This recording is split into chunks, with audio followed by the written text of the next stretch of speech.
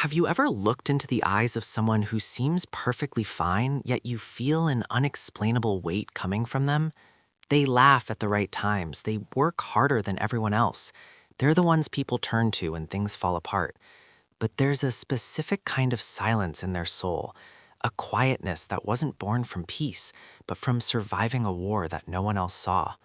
There is a unique psychology behind people who have gone through too much. It's not just about being stressed or having a bad year. It's about the point where the human spirit is forced to rewire itself just to stay upright. Most people think that trauma breaks you, and in some ways it does. But for those who have weathered a lifetime of storms, it does something far more complex. It creates a person who is simultaneously the strongest and the most exhausted person in the room. If you've ever felt like you're carrying a mountain while trying to look like you're just carrying a handbag, or if you've wondered why you feel so different from everyone else, you need to understand what happens to a mind that has been pushed past its limit. Because the truth is, once you've gone through too much, you never see the world the same way again. Think about the last time you were in a crisis. Maybe it was a small one. Most people panic. Their heart rates spike, they look for someone to tell them what to do, and they lose their ability to think clearly. But have you noticed that some people get eerily calm when things go wrong? This is the first hallmark of a person who has been through too much. Psychologists call it normalized crisis response. When your childhood or your past was a series of emergencies, your brain stopped seeing chaos as a threat and started seeing it as a Tuesday. You spent so much time in survival mode that your nervous system feels more at home in a disaster than it does in peace. When life was quiet, you feel anxious. You're waiting for the other shoe to drop. But when the world starts burning, you're the one who knows exactly where the fire extinguisher is. It's a superpower, but it's a heavy one because it means you've forgotten how to truly relax. This leads to one of the most misunderstood traits of these survivors, hyper-independence. You know the type. They refuse to ask for help, even when they're drowning. If you offer to help them, they might even get defensive or uncomfortable. To you, it looks like pride. To them, it's a survival mechanism. When you have gone through too much, you've usually learned a very painful lesson early on, that when things get truly bad, you are the only person you can rely on. Maybe the people who are supposed to protect you didn't. Maybe every time you reached out, you were let down. So your brain built a wall. I'll do it myself isn't a boast, it's a shield. It's the belief that if I don't depend on you, you can't hurt me by leaving or failing me. It is the loneliest form of strength there is.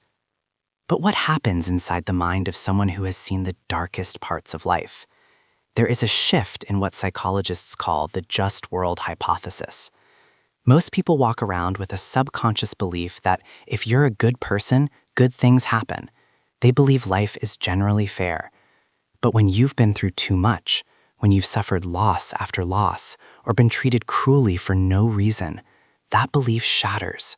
You stop expecting fairness. This makes you incredibly resilient, but it also makes you deeply cynical. You see the cracks in everything. You spot the red flags in people before they even open their mouths. You've become a human lie detector, not because you wanted to be, but because you had to learn the subtle shifts in a person's tone or body language to protect yourself. You aren't being negative, you're being observant. But to the rest of the world, you just seem too intense or guarded. Now let's talk about the mask. People who have endured high levels of trauma or prolonged hardship often become masters of the high-functioning mask. On the outside, they are overachievers. They are the strong ones. They are the friends who listen to everyone else's problems but never share their own. But have you ever wondered why they don't share? It's because their own too much is so heavy that they fear if they even crack the door open, the flood will drown everyone around them. They feel like their pain is a burden that others aren't equipped to handle, so they keep it tucked away in a dark corner of their mind. They become experts at compartmentalizing. They can experience a devastating emotional blow in the morning and lead a board meeting in the afternoon. It looks like strength, but internally it's a slow erosion of the self. There is also a strange phenomenon regarding empathy in these individuals. You would think that someone who has been hurt deeply would become cold, and for some that happens, but for many the opposite occurs. They develop what we call hyper-empathy. because they know exactly what it feels like to be broken, to be invisible, or to be terrified. They become hyper-aware of the pain in others. They can feel the tension in a room the moment they walk in. They are the first to notice when a friend's smile doesn't reach their eyes. They give and give and give, often to their own detriment. They are trying to provide the world with the kindness and protection they never received. It's a beautiful trait, but it's also a trap.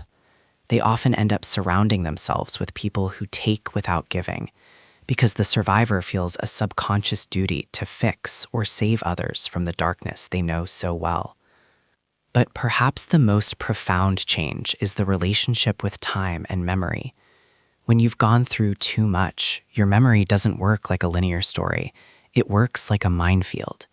You might forget what you had for lunch yesterday, but a specific smell, a certain tone of voice, or a song can teleport you back to a moment of trauma with terrifying clarity. This is the brain's way of saying, remember this? Don't let it happen again. This constant state of scanning the environment is called hypervigilance. It's why people who have been through a lot are often easily startled, why they prefer to sit with their backs to the wall in restaurants, or why they are always checking the exits.